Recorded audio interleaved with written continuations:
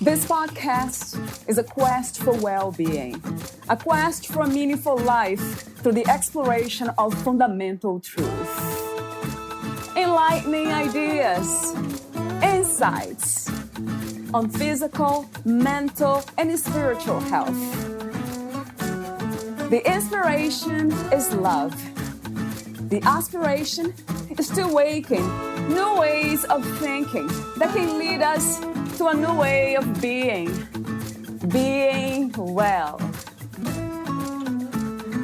Welcome to Body, Mind, and Soul Healing Conversations.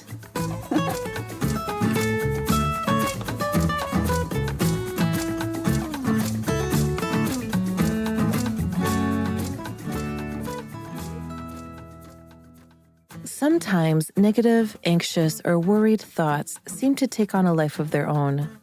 Talking with a therapist can help you identify the origins of your anxiety.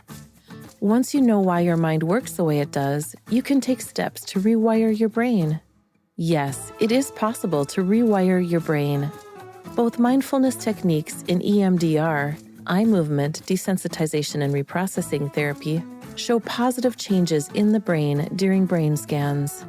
Negative emotions, thoughts, and body sensations are often caused by unprocessed memories stored in the brain.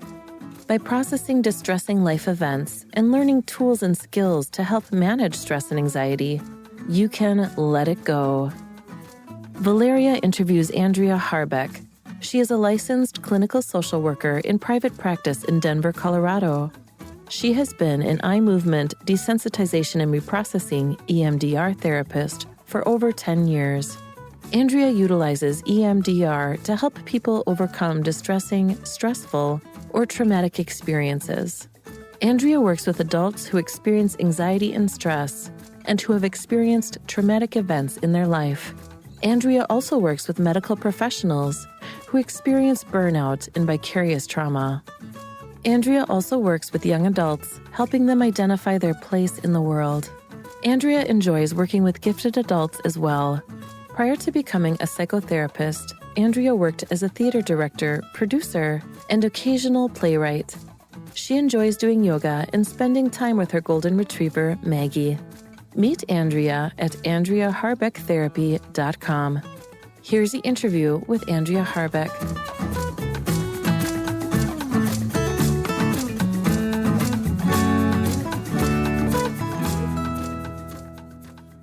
In your own words, who is Andrea Harbeck? That is such a good question. I think I am a pretty multifaceted person. I tend to be drawn towards, a variety of things. I started my life and career in the theater and then transitioned later into doing therapy. And I think I have a unique ability to find the kind of through line between things that may seem very disparate. And so I really enjoy looking at things that may seem like they're not related to one another and figuring out how they mesh together. That sounds interesting, and that kind of makes me curious to know more about the transition between theater and therapy. Yeah. How did that happen?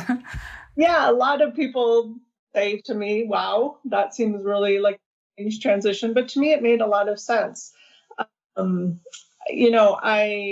did theater for a number of years, and I owned a theater company. And a couple things that I enjoyed about that. One was we tended to do sort of socially active, engaging type of theater with a message to it. And then I also realized that what I really loved about the theater was the psychology behind the characters and figuring out a character and who they were and why they were the way they were and really manifesting that. And so I decided that I wasn't getting the kind of results in helping humanity that I was hoping for through theater, and that I was also just so intrigued with this psychological aspect. that I decided to transition into therapy. And I chose social work because of its holistic approach. So, social work tends to look at the whole person and their environment, and all of the things that impact them. And of course, the psychology of the person that I was drawn to as well. That makes sense. When you think that way, of course, theater and acting, it is getting to know the character, Right. how they think, their emotions, how the environment affects them. I mean, it's fascinating to me. I mean, psychology to me is spirituality, is the inner world of humans. So with that in mind, that's another question that I mentioned off record, I would bring to the conversation. Do you have a spiritual practice or spiritual views of yourself in the world, Andrea? Yeah, I feel like my sense of spirituality has evolved over time. And I feel like it is also sort of multifaceted. I do like the Christian idea of living a life that is much like Jesus and how he lived. And I really believe in those aspects of that. I've also incorporated meditation and Buddhist practices into my life. And so, I think that it's always important for me as well to tap into that spirituality with the people I work with and whatever that may be for them. Sometimes spirituality is a walk in the park, and I get that as well. I think that is a powerful nature, is a powerful spiritual capacity for us.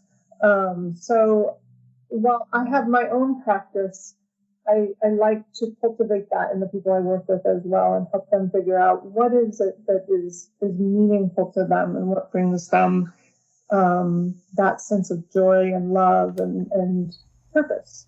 Yeah, that's beautiful to hear. So spirituality can be practiced in different ways, right? It's not just one way. There's not just one way of doing that. And I absolutely agree.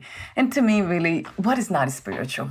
Usually that's what I say to myself. Everything is the expression of the divine. Right. Changing the topic for a moment, although everything is connected to me as well. Mental health. What is to be mentally healthy from your perspective? Such a good question. And I think there's not a one size fits all necessarily.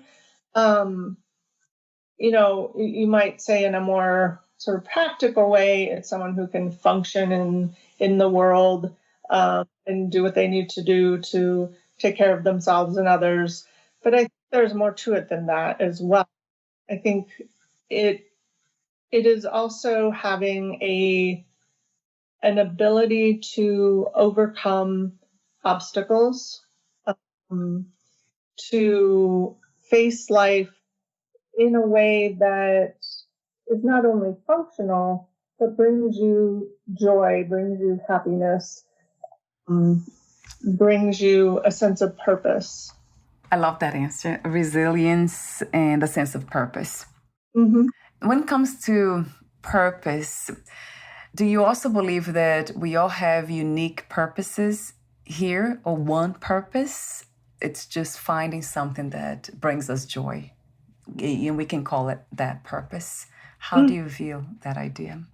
I think it's a really important part of being human is finding a purpose, and that may change over time.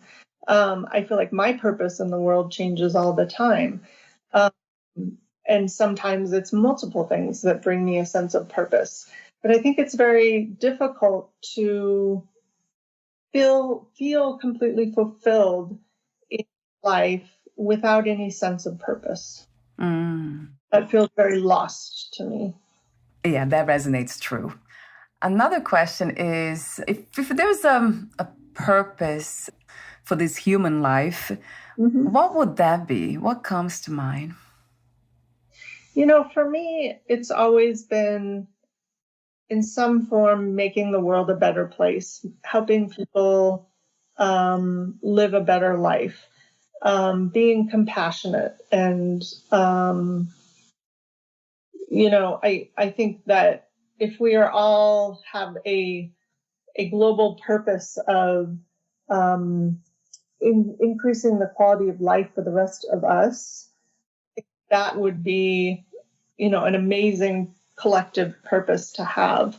But for me personally, that is what brings me a sense of purpose. When it comes to purpose, I hear that a lot, helping others, helping yourself and others at the same time. Mm-hmm. Do you wonder why that is, that most of us feel the same way? I often recommend to people I work with to go volunteer or something to help someone else. And I think that in doing that, you're tapping into a couple things. One is, your own sense of purpose and also your connection with another human being. And I think connection is so important for humans. And so out of that connection comes this desire to help the other. And I think that there is then that bigger, broader sort of spiritual connection that we all have.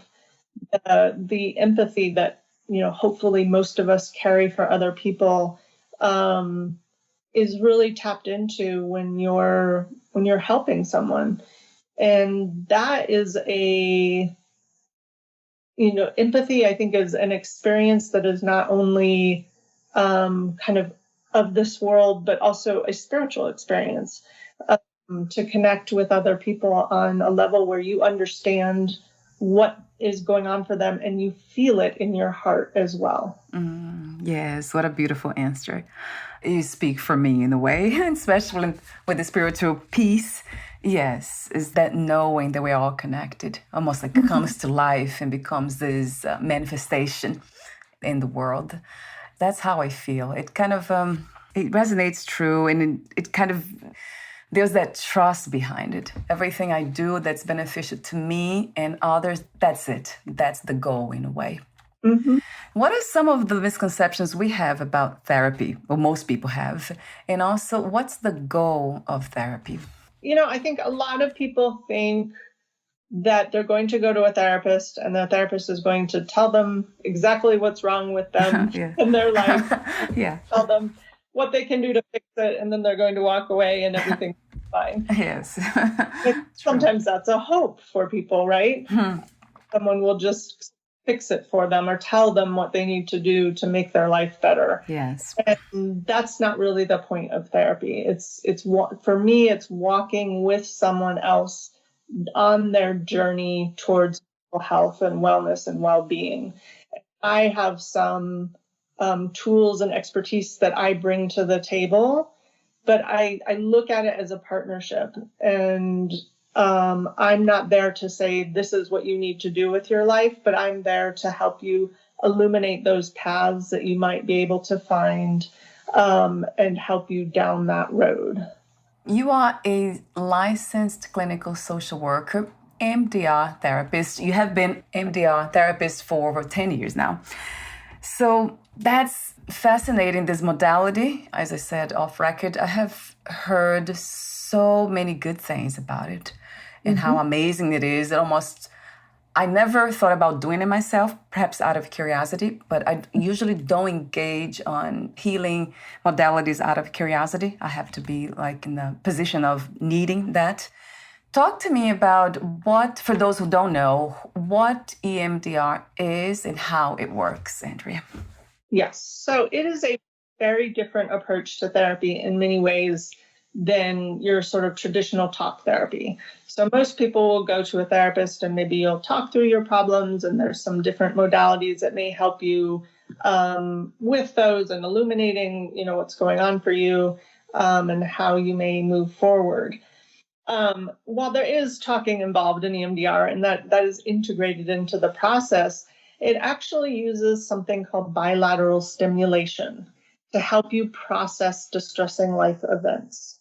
So it was originally created for trauma, but it has been shown to be effective for other issues as well, and just sort of general life distress. So what happens originally in EMDR, you would follow either the therapist's finger with your eyes back and forth. or sometimes people use a light bar, and you follow that light back and forth with your eyes, which is stimulating this bilateral stimulation in your brain. It's engaging both parts of your brain. And one of the theories behind it is that it's similar to REM sleep. So if you know, in REM sleep, your eyes move back and forth. And that's a time when your mind is kind of integrating and processing things that happen to you during the day. Right. So we also can use bilateral stimulation in the form of buzzers that buzz intermittently between your hands. And we can also have people tap intermittently on their shoulders or their knees. So any of these ways will activate this bilateral stimulation in the brain. And so instead of in maybe, traditional talk therapy, where you may tell the therapist your whole trauma story or the distressing thing that happened to you, which can, in many cases, kind of re-traumatize you because you're living that experience in the office with the therapist.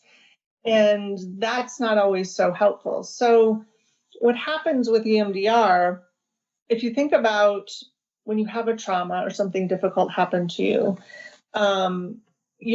two things can happen. One is that you can, let's say you got into a car accident and you walked away and you said, that was really scary. I was very scared, but now I'm okay and I can move forward. Or you get into the car accident and you walk away and you say, that is really scary. And that scary feeling stays with you. And you're triggered by it. You can relive it. It's sort of at the front of your mind, or can easily be triggered to become at the front of your mind. And so when that happens, when you're not moving from the scary or the emotional experience into what we would call an adaptive response, which is I'm okay, I'm safe, into a response that is now telling you I'm not safe, maybe I'm not okay in the world. And so what EMDR does, utilizing the bilateral stimulation, it helps your brain link the neurons between the emotional experience and the adaptive response that you ultimately want to have. So that when someone is done processing with EMDR, they can say, this really scary thing happened to me, and I recognize that it was hard and it was scary, but now I know I'm safe, I'm okay, I can move forward. And that's the goal of EMDR. There's 8 phases to EMDR, and the first phase actually begins with what we call resourcing, which is helping people identify ways to calm themselves, to feel more emotionally safe. And so we often use imagery work. So we'll utilize something called peaceful place, where we would have you imagine a peaceful place, and we would sometimes add the bilateral stimulation to that to kind of integrate that into your whole body. Then we move on to processing phases. And in that phase, we ask people to think about an image that represents the worst part of what happened to them, a negative belief they have about themselves when they think about that, and bring the awareness to their body sensations and their emotions. And then we'll ask them to think about all of those things as we add the bilateral stimulation. And that goes on for a short period of time. Then the therapist will stop and check in and say, what did you get? And the client will respond back with a short response of what their experience was while under that bilateral stimulation. And then we'll say, most cases, go with that. And you will go back and do some more bilateral stimulation. And that back and forth checking in with the bilateral stimulation happens until those neurons connect to that adaptive processing.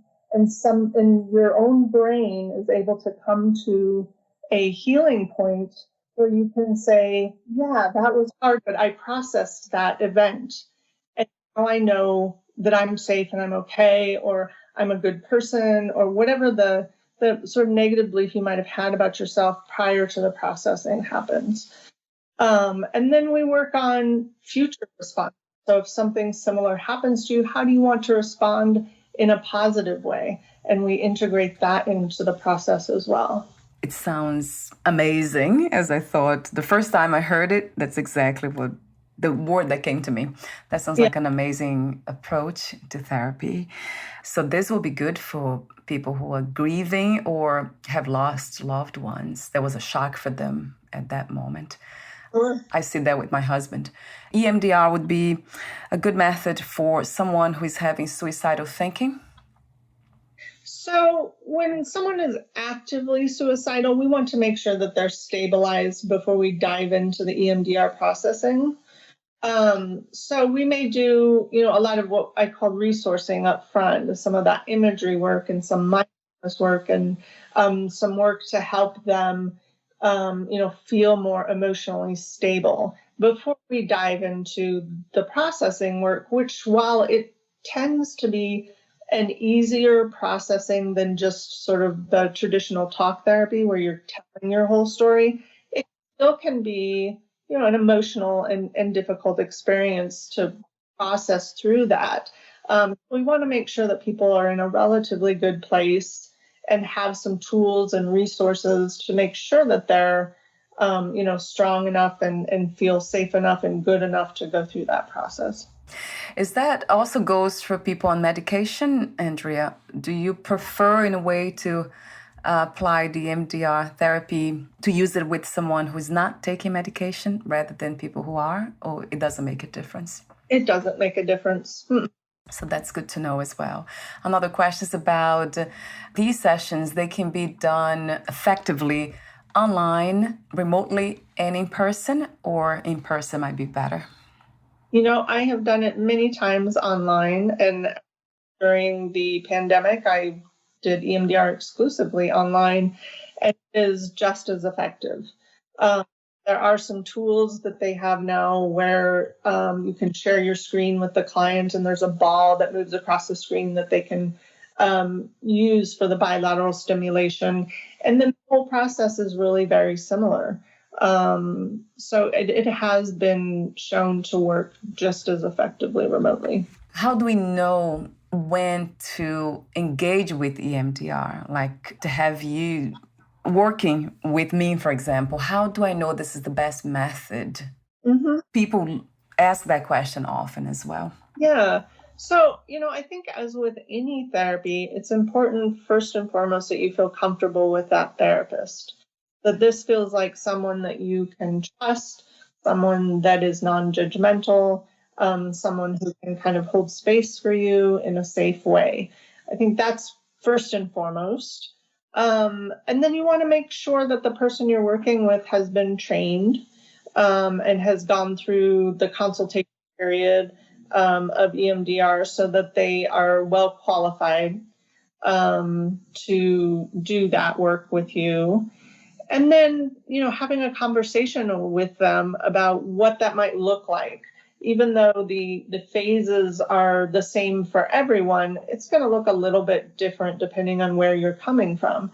And so they may talk you through after, a period of getting to know you and what you're coming to them for. They may be able to say, I think we're going to have an extended period of resourcing where we're going to make sure you're in a really good place before we start processing. Or they may say, you have a lot of internal resources, and I feel like this is something you can process through fairly quickly. So a conversation, and again, the first thing you want to make sure that you feel good and comfortable with that person. How did you discover EMDR, Andrea? Did you actually expose yourself to other forms of healing and then you chose this one, or EMDR chose you in a way? I started off with what is called psychodynamic therapy, which is kind of a modern offshoot of psychoanalytic therapy. And that's your more kind of traditional talk therapy, gain insight into, their past and how that might impact who they are today.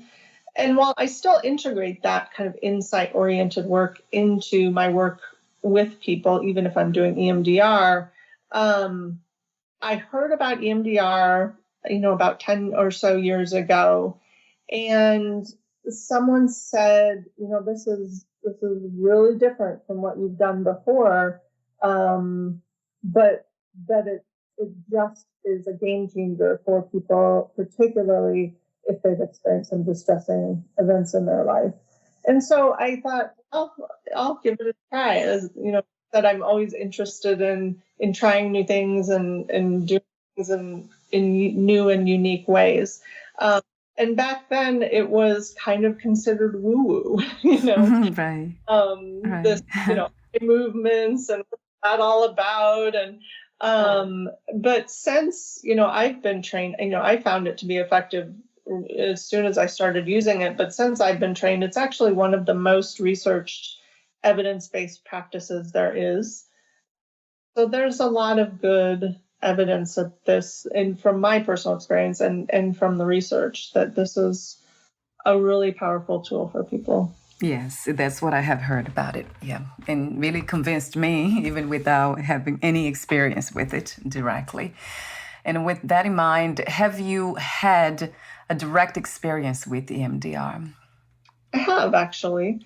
When you go through your training, you practice with other clinicians, and so you do kind of little mini EMDR sessions. But then I also had my own experience. So I had some medical trauma as a child, and I went through many years where I would have panic attacks when I went into hospitals, and sometimes when I went to the doctor's office.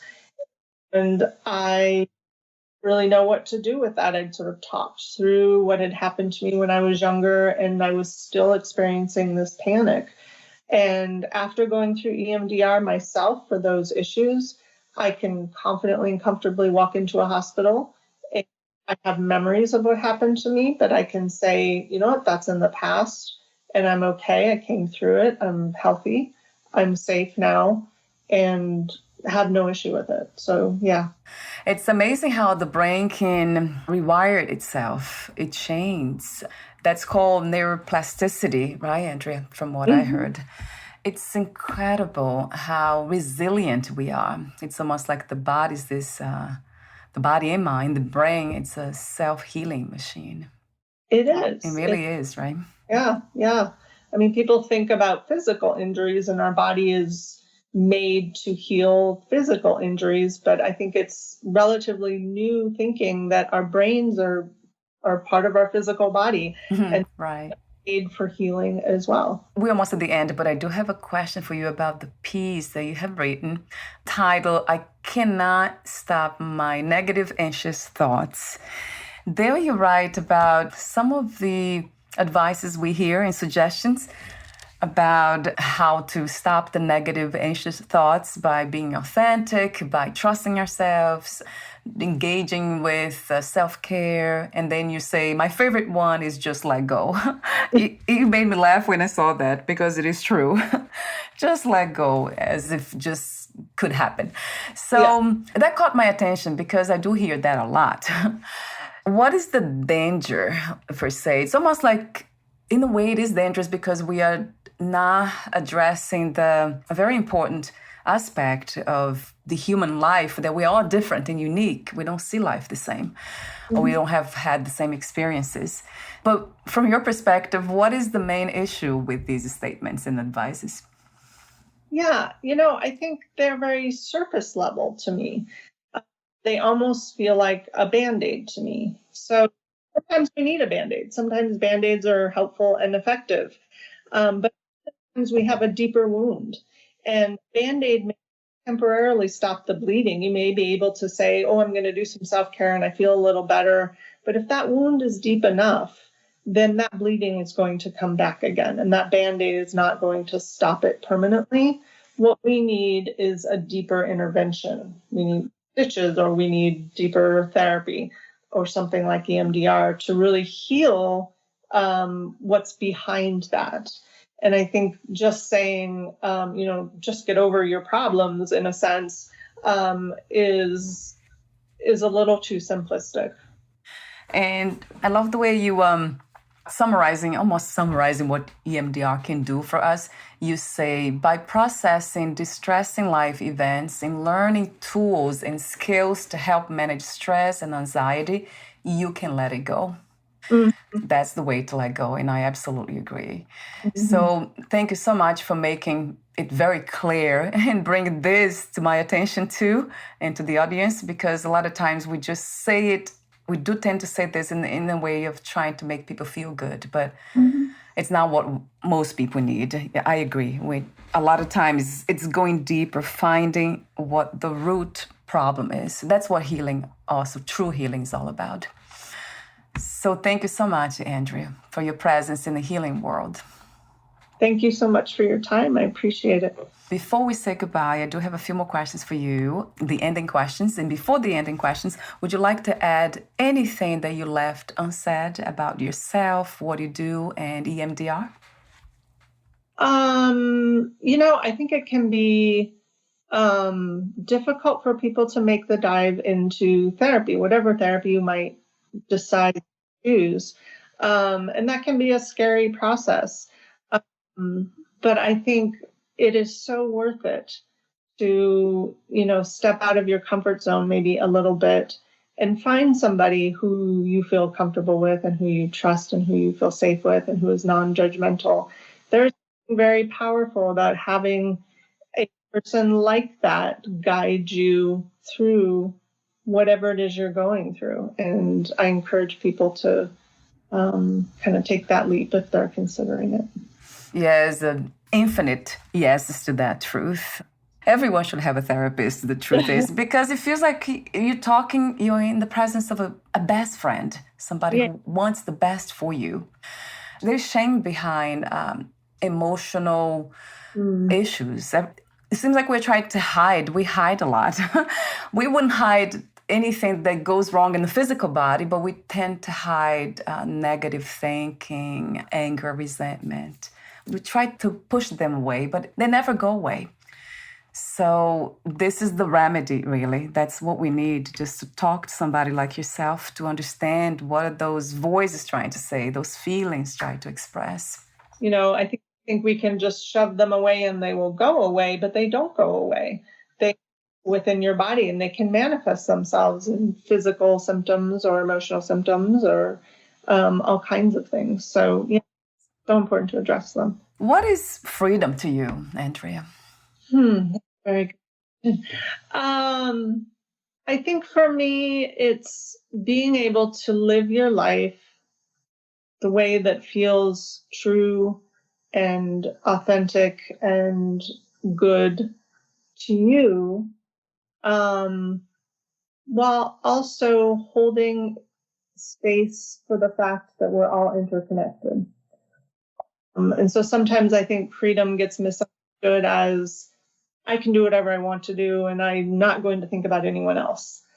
And I think true freedom really acknowledges the fact that we're all connected and that my actions and what feels good to me also need to take into consideration that we are all connected beings. I love that.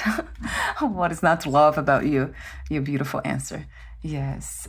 So before I ask you my final question, the technical question, I want to thank you again for your presence in this reality, for doing this beautiful work of bringing us closer to ourselves, to our true selves, so we can experience this life in a more peaceful, healthy, joyful way. It's something that's missing for some of us, not all of us, of course.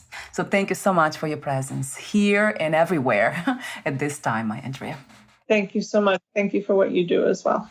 Thank you. And before we say goodbye, where can we find more information about you, your services, work, and future projects? Yes, you can find me online at www.andreaharbeckTherapy.com.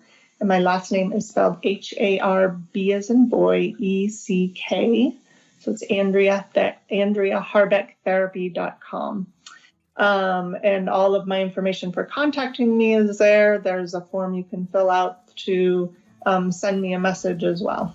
Wonderful. I'll have the link on your podcast profile. Thank you again, and we'll talk soon. Bye for now, Andrea. Bye-bye.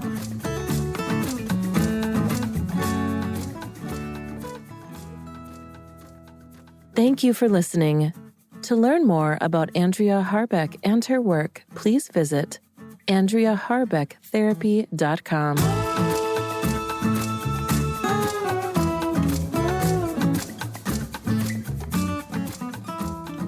learn more about this podcast, please visit fitforjoy.org/podcast.